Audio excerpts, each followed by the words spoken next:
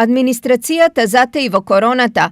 Трет месец поред Штипјанец кој исполнил услови за пензија и од работа е одјавен, поради административни проблеми не може да добие статус на пензионер. Дали се нешто таму работи, ние што одеме новите у пензија, веќе 3-4 месеца не можеме да земеме пензија. Од државата помагат на тие што имат под 15.000, а ние како да живееме без 3 месеца да не земеме никакви приходи. Слични проблеми имаат уште неколку жители не само од Штип, туку и од целиот источен регион. Дополнително тие немаат кај кого да реагираат зашто пандемијата го смени начинот на работа и комуникација на институциите со странките.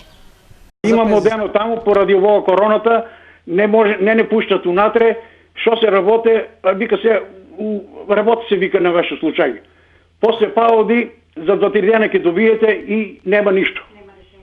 Нема решение, не ни испраќат, а не сум само ја, има и други, јас знам уште неколку души што не се земале. Од друга страна, од Штипската подружница на фондот за ПИОМ се категорични дека стрикно се држат до законски предвидените рокови. Во исклучителни случаи, каде што има потреба од превземање на дополнителни правни действија, постапките траат подолго, но не повеќе од утврдениот временски рок од 45 дена.